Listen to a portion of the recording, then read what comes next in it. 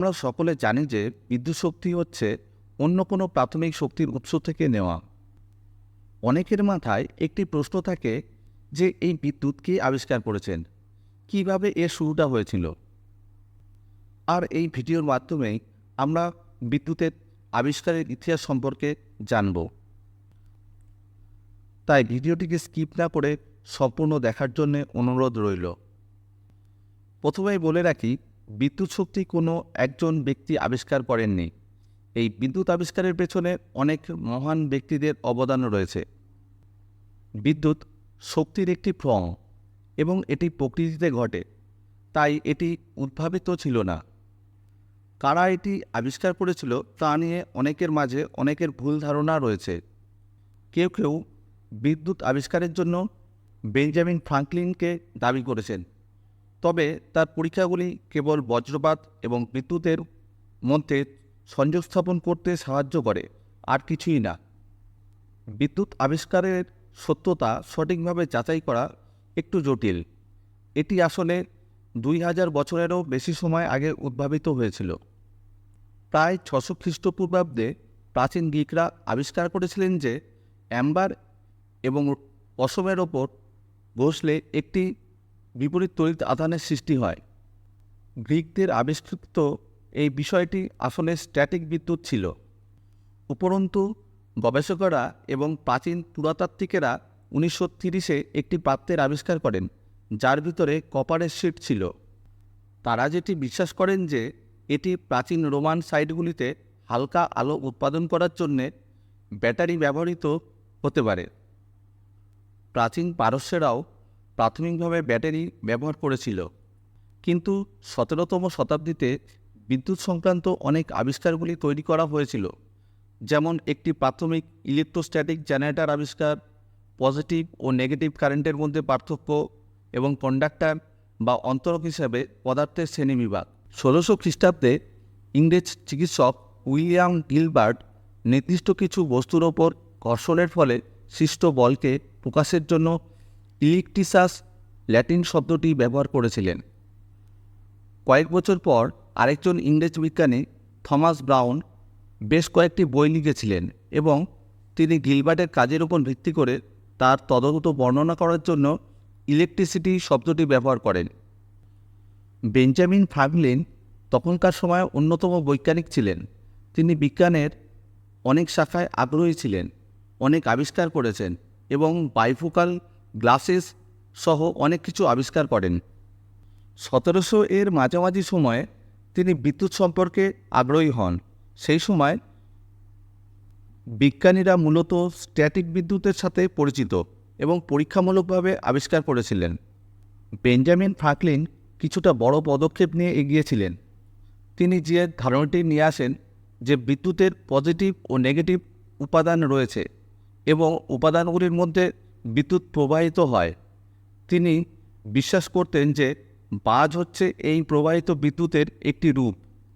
1925 সালে ফ্রাঙ্কলিন তার বিখ্যাত একটি পরীক্ষা পরিচালনা করেন।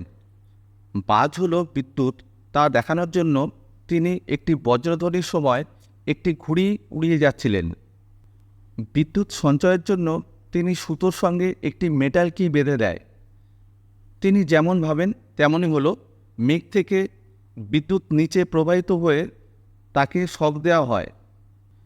তিনি ভাগ্যবান যে তিনি আঘাতপ্রাপ্ত হননি, কিন্তু তিনি তার ধারণা প্রমাণিত করেন যে বাজ তথা বজ্রপাত এবং ক্ষুদ্র ইলেকট্রিক স্পার্ক একই জিনিস।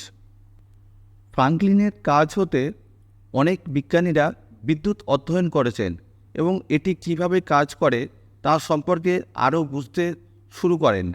উদাহরণস্বরূপ 1889 সালে টমাস এডিসন বৈদ্যুতিক হালকা বাল্ব উদ্ভাবন করে এবং আমাদের বিশ্ব এখনও পর্যন্ত উজ্জ্বল হয়ে আছে।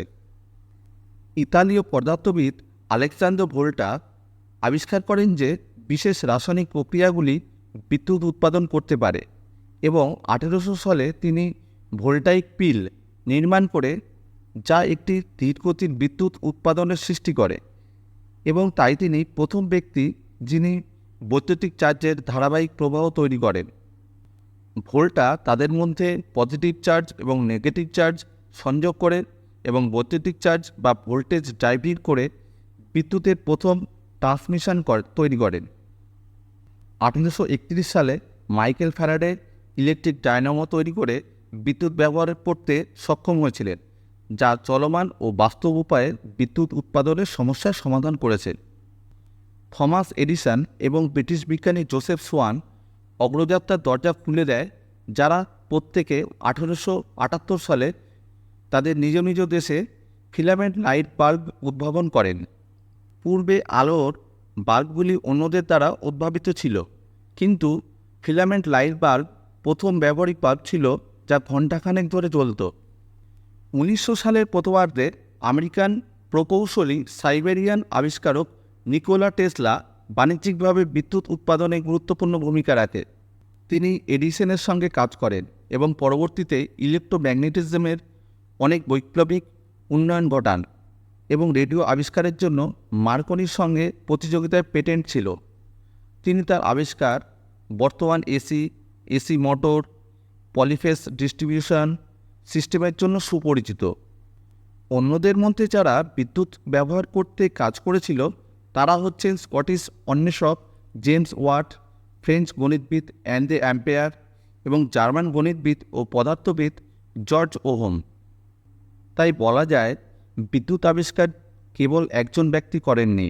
যদিও বিদ্যুতের ধারণা হাজার হাজার বছর ধরে পরিচিত ছিল, কিন্তু যখন এটি বাণিজ্যিকভাবে এবং বৈজ্ঞানিকভাবে বিকশিত করার সময় এসেছিল, তখন একই সময়ে সমস্যাটির সমাধানে বেশ কিছু মহান ব্যক্তির অবদান ছিল।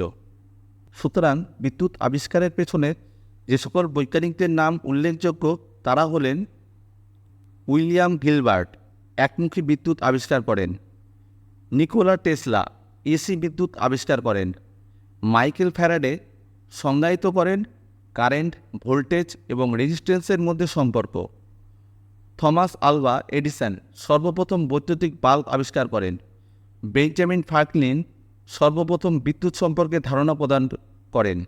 এছাড়াও বিদ্যুৎ আবিষ্কারের পেছনে অনেক বৈজ্ঞানিকের হাত থাকতে পারে। এরকম বৈজ্ঞানিকের নাম আপনার জানা থাকলে কমেন্ট বক্সে জানাবেন। ধন্যবাদ। ভিডিওটি যদি ভালো লাগে অবশ্যই লাইক, কমেন্ট ও শেয়ার করবেন। ভিডিওটি এত পর্যন্ত দেখার জন্যে অসংখ্য ধন্যবাদ। পরের ভিডিও পর্যন্ত সকলে ভালো থাকুন, সুস্থ থাকুন। চ্যানেলটিকে সাবস্ক্রাইব করে পাশে থাকবেন। ধন্যবাদ।